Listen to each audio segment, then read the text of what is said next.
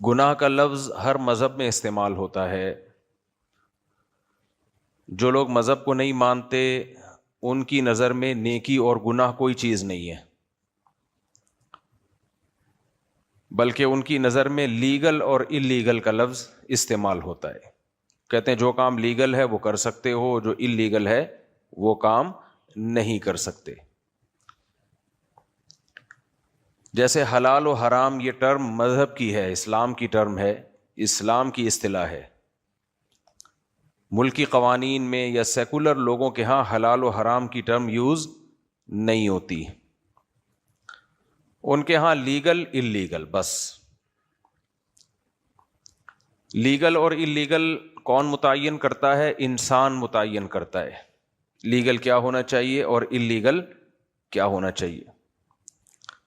جبکہ نیکی کسے کہتے ہیں، برائی کسے کہتے ہیں، حلال کسے کہتے ہیں، حرام کسے کہتے ہیں، یہ ڈیفائن کرنا، یہ متعین کرنا انسانوں کا کام نہیں ہے.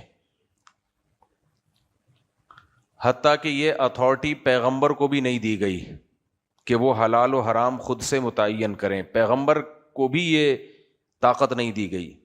یا ایھا النبی لم تحرم ما احل اللہ لک، اے نبی جس چیز نے اللہ کو آپ پہ حلال کر دیا آپ اسے کیسے حرام کر سکتے ہیں.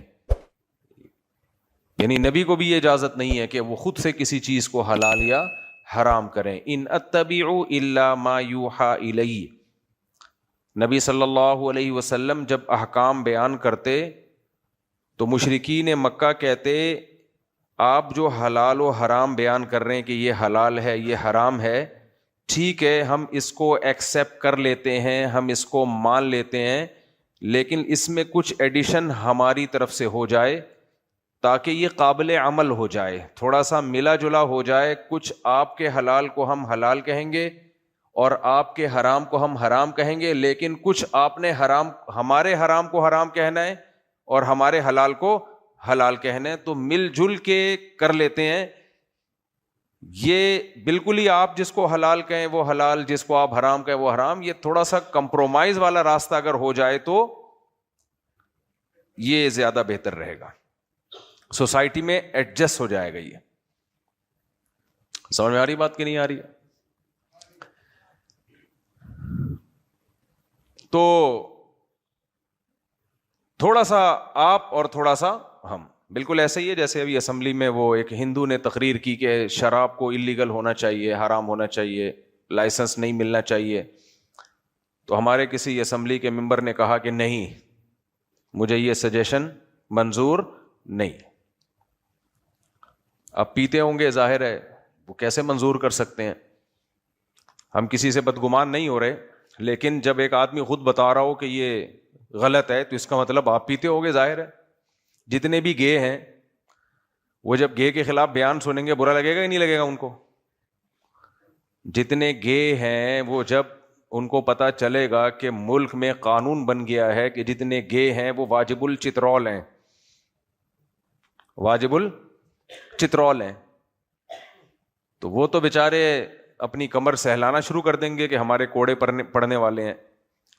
تو وہ کبھی بھی اس قانون کو پسند نہیں کریں گے. شرابی کبھی بھی نہیں چاہے گا کہ شراب اللیگل ہو جائے، چرسی کبھی بھی نہیں چاہے گا کہ چرس، بولتے کیوں نہیں، اللیگل ہو جائے. خواتین کبھی بھی نہیں چاہیں گی کہ 2 شادیاں لیگل ہو جائیں. قانون جب انسان بناتا ہے تو وہ قانون جس پہ اس کے مفاد پہ زد پڑتی ہے، جو اس کے اگینسٹ جا رہا ہو، تو وہ کبھی بھی قانون نہیں بنایا جائے گا جو آپ ہی کے خلاف جا رہا ہو.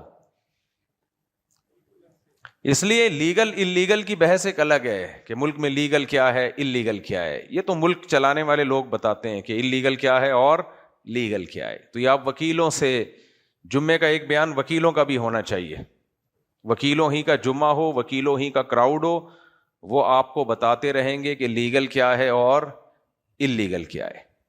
ہم جو یہاں ممبر پہ بیٹھتے ہیں آپ کو یہ بتانے کے لیے نہیں کہ لیگل کیا ہے اللیگل کیا ہے، ہم تو یہ بتانے کے لیے بیٹھتے ہیں حلال کیا ہے اور حرام کیا ہے.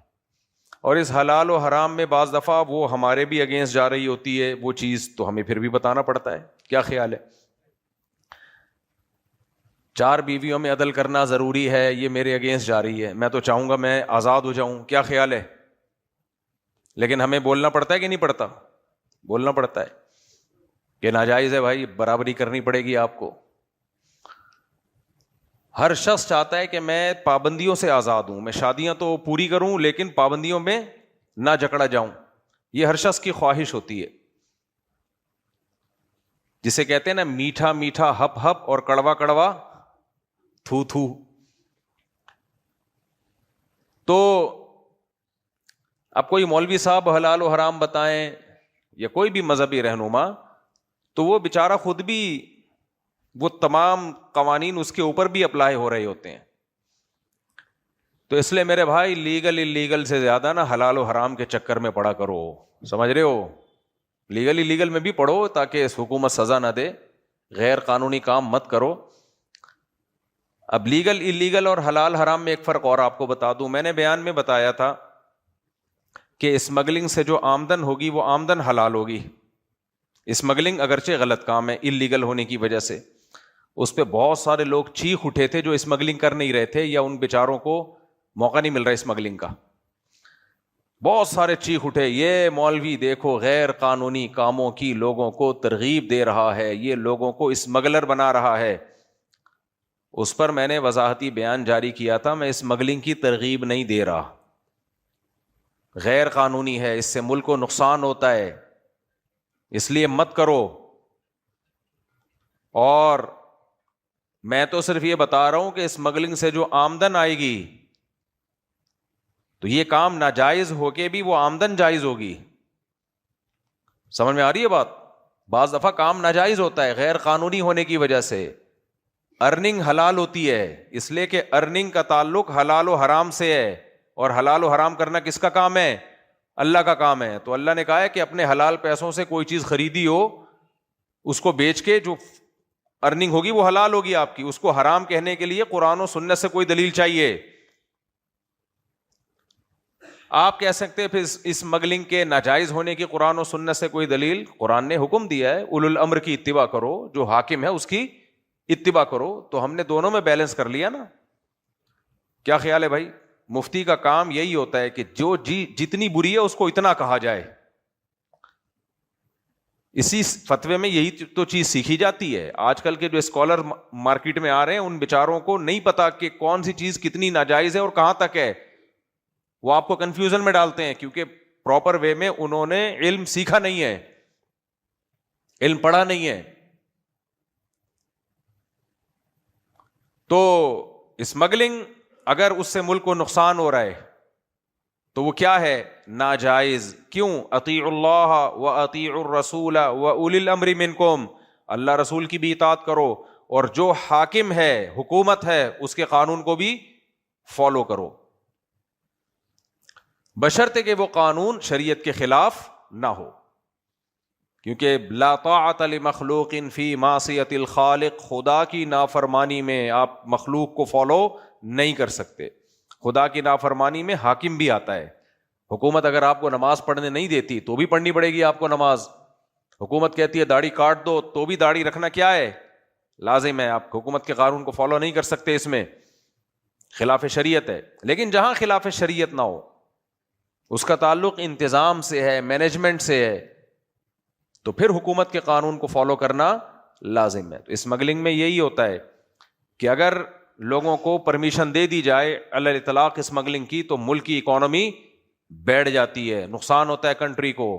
اس لیے علماء نے کہا ہے کہ اسمگلنگ کرنا ٹھیک نہیں ہے، لیکن اس کی ارننگ کے حلال یا حرام ہونے کا لیگل یا انلیگل سے نہیں ہے. ارننگ جب حرام ہوگی جب آپ شراب بیچیں گے، ارننگ آپ کی جب حرام ہوگی جب آپ چوری کے مال سے پروڈکٹ خرید کے بیچیں گے. اسمگلنگ آپ کی جب حرام ہوگی جب آپ مردار فروخت کریں گے یا بہنوں کی وراثت کا پیسہ کھا کے مال خرید کے فروخت کریں گے. آپ کا اپنا پیسہ ہے، آپ جو پروڈکٹ خریدنے وہ بھی جائز ہے، تو اس کی جو ارننگ ہوگی وہ آپ ہی کی ہوگی، بلکہ اسلام یہ کہتا ہے کہ وہ پیسہ لوگوں کا حکومت کے لیے غصب کرنا حرام ہے. سمجھ میں آ رہی ہے بات کہ نہیں آ رہی ہے؟ کسٹم والے وہ کھا جاتے ہیں نا کہ آپ اللیگل لے کر آئے ہو. آپ کس بیس پہ کھا رہے ہو بھائی؟ گورنمنٹ آپ سے لے لیتی ہے, کس بیس پہ لے رہی ہے گورنمنٹ؟ اللیگل کام پہ آپ کو سزا مل سکتی ہے, آپ کی چیز کوئی ہڑپ نہیں کر سکتا, کوئی اجازت نہیں ہے. سمجھ میں آ رہی ہے بات کہ نہیں آ رہی؟ لیکن گورنمنٹ اتنا اللیگل کا مولویوں کو مشورہ دیتی ہے جو گورنمنٹ کے فیور میں جا رہا ہے, اس میں گورنمنٹ کہتی ہے کہ آپ اس کو پروموٹ کریں, آپ بتائیں یہ ناجائز ہے. آپ جو لوگوں کے مال کو ہڑپ کر جاتے ہو, اب اسمگلنگ کی کوئی چیز آئی, آپ نے بیچ کے وہ پیسہ کھا لیا, مدذلہ العالیہ, اسمگلنگ کا پیسہ کھا لیا, آپ کے لیے کہاں سے حلال ہو گیا وہ؟ اسلام میں جس کا مال وہ اس کا مالک ہے. جس نے اپنے پیسوں سے مال خریدا, ملکیت کس کی ہے؟ بولو بھائی, اسی کی ہے. اس کی ملکیت کو اس کی مرضی کے بغیر آپ غصب نہیں کر سکتے. اور اگر آپ نے کسی وجہ سے اس کو رکھ لیا تو اس کی ویلیو, قیمت اس کو دینی پڑے گی آپ کو. سمجھ میں آ رہی ہے بات؟ آپ کہہ سکتے ہیں ایک بندہ گاڑی لے کر آیا, پکڑی گئی, گورنمنٹ نے گاڑی پکڑ لی اور چل بھائی 2 چھتر لگا کے اس کو گھر بھیج دیا. بھائی اس کی گاڑی جو پیسوں سے اس نے خریدی ہے وہ پیسے آپ اس کو واپس کریں, پیسے آپ حذف نہیں کر سکتے. اسلام اس بارے میں بہت سخت ہے کہ کسی کا مال کسی کے لیے بھی حلال نہیں ہے, حکومت کے لیے بھی حلال نہیں ہے. حکومت لوگوں کے مال کی محافظ ہے اسلام میں, نہ کہ لوگوں کے مال کی غاصب ہے. آپ کہہ سکتے ہیں پھر تو لوگ دھڑا دھڑ اسمگلنگ کریں گے, ان کو پتا ہے کہ میرا مال تو گورنمنٹ ہڑپ کر نہیں سکتی ہے, گورنمنٹ میرا مال رکھ کے مجھے پیسے واپس دے گی, تو چلو واپس پیسے مل گئے تو ٹھیک ہے, نہیں تو گاڑی مل گئی تو ٹھیک ہے, نہیں تو پیسے تو مل ہی جائیں گے. اس کا جواب یہ ہے کہ حکومت روکے نا, سزائیں دے لوگوں کو. بھائی تم اللیگل کام کر رہے ہو جس کی وجہ سے ملک کی معیشت بیٹھ رہی ہے, ہم تمہاری کوئی چیز غصب نہیں کریں گے, تمہارا مال ہے تم رکھو یا واپس کرو, اس کے پیسے لو اور اس کو واپس دو, یا پھر ہم نیلام کریں جتنے کا بک گیا تمہارا وغیرہ وغیرہ جو بھی ہے. تو لگائے نا کوڑے, اس کے چھتر لگائے. کسٹم والوں کا حرام کا دھندا بنا ہوا ہے کہ نہیں بنا ہوا؟ بولو. حرام کا دھندا بنا ہوا ہے. دیکھو اسلام میں نا کچھ احکام ایسے ہیں جو غیر مسلموں کے ہاں اس کی 2 ٹکے کی ویلیو نہیں ہے, لیکن اسلام میں بہت ویلیو ہے اس کی. میں آپ کو ذرا سمجھانے کی کوشش کرتا ہوں ایک مثال سے, اللہ کرے سمجھ میں آ جائے. تھوڑا سا مشکل ہے کیونکہ کچھ فقہی چیزیں اور اصطلاحات جب استعمال ہوتی ہے نا تو پھر تھوڑا سا مشکل ہو جاتا ہے, لیکن میں کوشش کروں گا آسان کر کے سمجھاؤں. آپ لوگ ذرا ذہن کو تیار کر لیں سمجھنے کے لیے کہ اسلام میں کسی کا پیسہ ہڑپ کرنا کتنا بڑا جرم ہے, کسی بھی لیبل سے, کسی بھی عنوان سے. میں نے آپ کو 100 روپے دیے, اس کے بدلے میں میں نے آپ سے 101 روپے خریدے, حلال ہے یا حرام ہے؟ بولو بولو نا, حرام ہے. کیوں؟ اس لیے کہ 100 ہی ہے. جب اس کے بدلے میں 101 لے رہا ہوں تو یہ ایک اضافی آپ سے ایسا اضافہ لے رہا ہوں جس کے مقابلے میں آپ سے کچھ نہیں لے رہا میں. تو یہ 1 روپے آپ کی رضامندی سے بھی کیا ہے؟ حرام ہے. اس کو فقہ کی اصطلاح میں کہتے ہیں یہ 1 روپے وہ ہے جو خالی عن العوض ہے, اس کے مقابلے میں کوئی معاوضہ نہیں ہے. سمجھ میں آ رہی ہے بات؟ اس کے مقابلے میں کوئی معاوضہ لیا نہیں جا رہا, تو یہ ظلم ہے. لیکن اسی 100 روپے کی میں گھڑی خریدتا ہوں جس کی مارکیٹ ویلیو 100 ہے, اور میں آپ کو اب یہ 100 روپے کی گھڑی 101 روپے میں فروخت کرتا ہوں. یہ 1 روپے جو اضافی آپ سے لے رہا ہوں یہ حرام ہے یا حلال ہے؟ حلال ہے. فرق کیا ہو گیا؟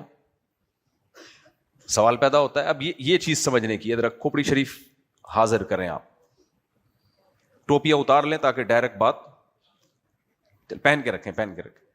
سگنل ڈائریکٹ کیچ ہوتے ہیں نا تو ریز آتی ہیں ڈائریکٹ, تو وہ گھس جاتی. لیکن بال بھی تو ہے نا سر پہ, جن کے سر پہ بال نہیں ہے وہ جلدی سمجھ جائیں گے. لیکن سوال پیدا ہوتا ہے اگر وہ سمجھدار ہوتے تو سر پہ بال کیوں نہیں ہے ان کے, پھر انہیں ٹینٹ کیوں کرائی ہوئی ہے, سردیوں میں ٹینٹ کیوں کرائی ہوئی ہے انہوں نے؟ سوال پیدا ہوتا ہے کہ نہیں ہوتا؟ لیکن اس کا جواب رفیع بھائی دے رہے ہیں کہ گرمیاں شروع ہونے والی ہیں اس لیے. خیر, اتنی عقل ہے تو اب سمجھ میں بات آ جائے گی. میں چیک کر رہا تھا کہ آپ لوگ کو اتنی ہے یا نہیں. دیکھو 100 روپے کی میں نے گھڑی خریدی, اس کو جو میں 100 روپے کا کہہ رہا ہوں وہ اس لیے کہہ رہا ہوں کہ میں نے 100 کی خریدی ہے. شریعت میں وہ 100 کی نہیں ہے. شریعت میں جو قیمت اس کی لگا دی جائے وہ اسی قیمت کی ہے. یہ تو میں نے فرض کر لیا نا 100 کی ہے. میں نے 100 کی گھڑی خریدی, اب وہ گھڑی میں نے 101 کی بیچوں, 1 کروڑ کی بیچوں, جتنے کی بھی بیچوں گا وہ سارے پیسے اس گھڑی کے مقابلے میں کہلائیں گے. 1 روپے بھی خالی عن العوض نہیں ہے, اس میں 1 روپے بھی ایسا نہیں ہے جو معاوضے سے خالی ہے, جس کا آپ کو کوئی بدلہ نہیں مل رہا. میں نے 100 روپے کی گھڑی خریدی تو وہ 100 روپے کی, آپ کو 101 کی بیچی تو 101 کی ہے, آپ کو 10 لاکھ کی بیچی تو 10 لاکھ کی ہے. وہ جو 10 کے 10 لاکھ میں آپ سے لے رہا ہوں ان میں 1 روپے بھی میں معاوضے سے خالی نہیں لے رہا, پورے 10 لاکھ کا آپ کو معاوضہ دے رہا ہوں گھڑی کی صورت میں. 1 روپے بھی اضافی نہیں ہے, کیونکہ کسی بھی چیز کی قیمت آپس میں جو طے ہو جائے وہی ہے. مارکیٹ ویلیو تو ایک الگ چیز ہے, وہ ہو سکتا ہے کسی بھی چیز کی ہو, لیکن بہت سے لوگ کبھی مارکیٹ ویلیو سے زیادہ قیمت لگا رہے ہوتے ہیں, کبھی مارکیٹ ویلیو سے کم. اس میں بہت ساری چیزیں پیش نظر ہوتی ہیں. ایک گھڑی ہے, اس کی قیمت فرض کریں مارکیٹ میں 5,000 ہے.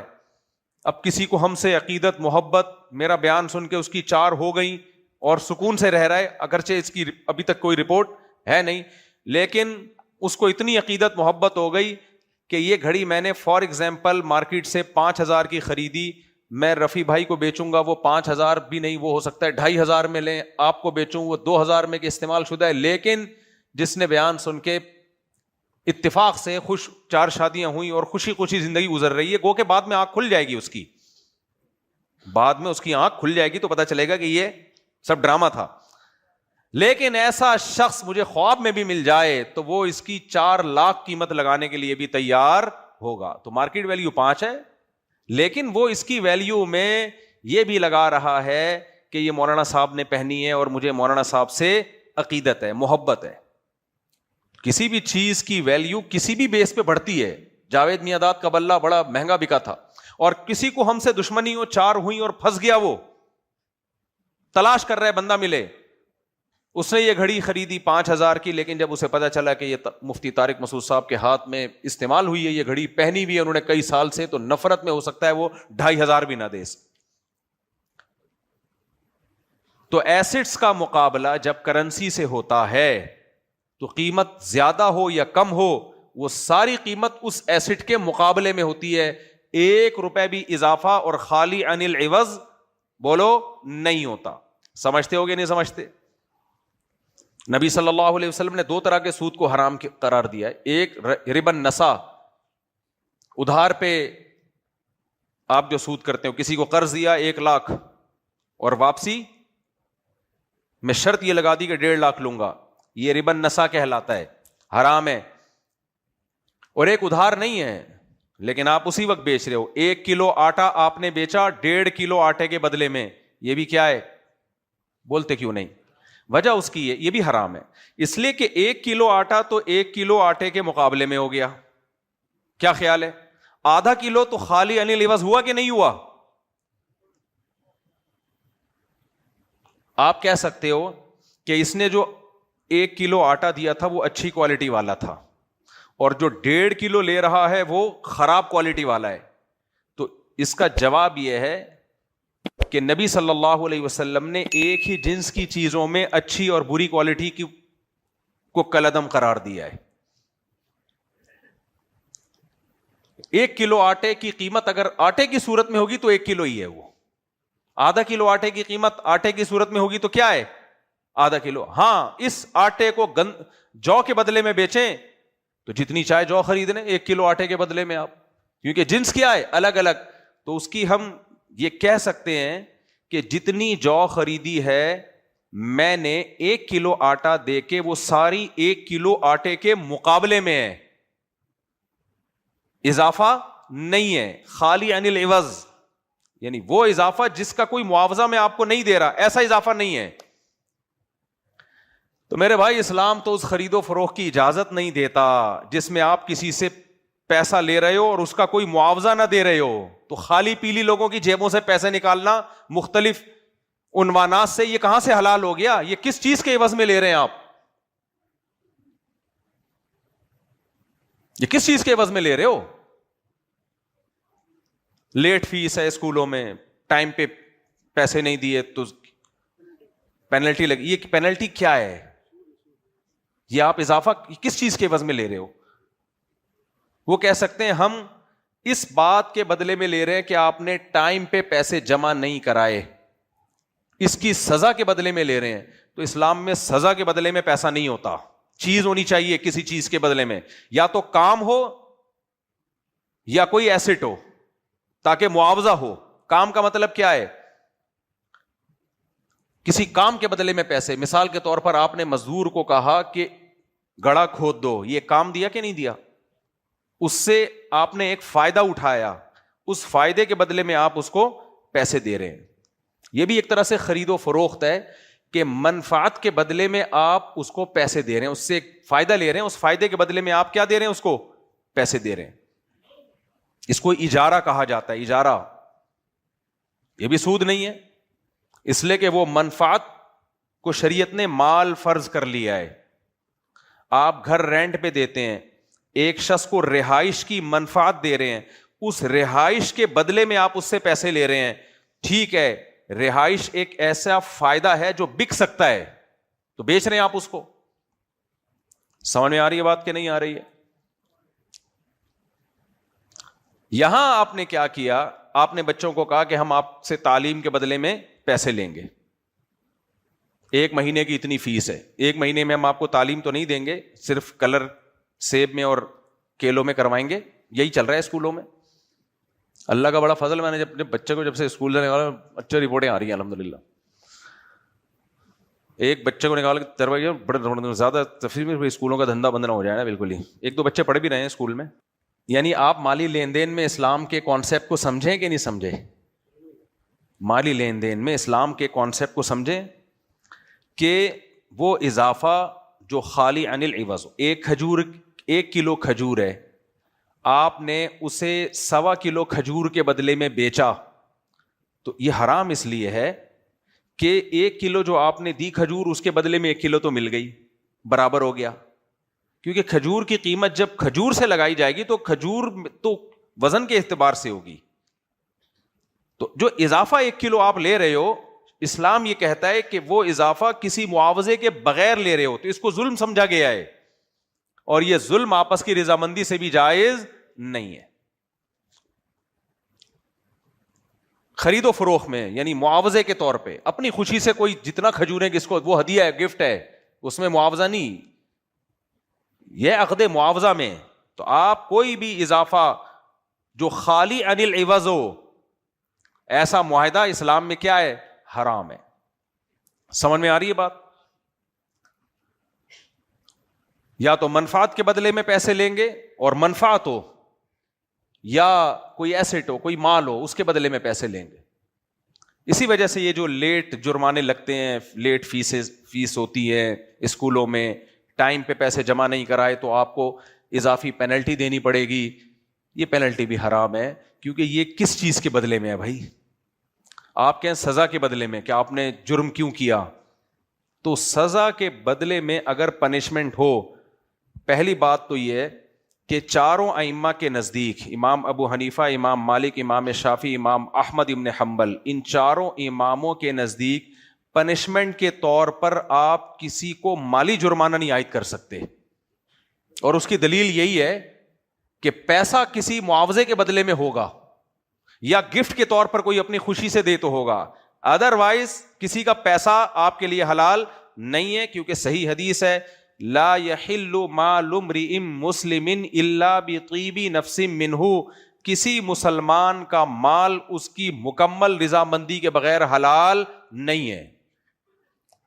تو سزا کے طور پر اسلام میں کوڑے مارے جا سکتے ہیں, کچھ بھی سزا دی جا سکتی ہے, وہ تو جج اور قاضی خود فیصلہ کرے گا کہ کیا اس کی سزا ہونی چاہیے. چاروں ائمہ کے نزدیک جو ان کا وہ قول جو مفتابی قول ہے, مفتابی قول اسے کہتے ہیں کہ شاذ اقوال تو ملتے ہیں ہمیں بہت سارے, جو ان چاروں فقہ کا جس پہ فتویٰ دیا گیا ہے وہ جائز نہیں ہے. سمجھ میں آ رہی ہے بات؟ بعض لوگ دلیل میں دیتے ہیں کہ نبی صلی اللہ علیہ وسلم کے دور میں بھی مالی سزائیں دی گئی ہیں. بھائی مالی سزا دے کے لیا نہیں گیا کسی کا مال. ابتدائے اسلام میں ایسا ہوا ہے کہ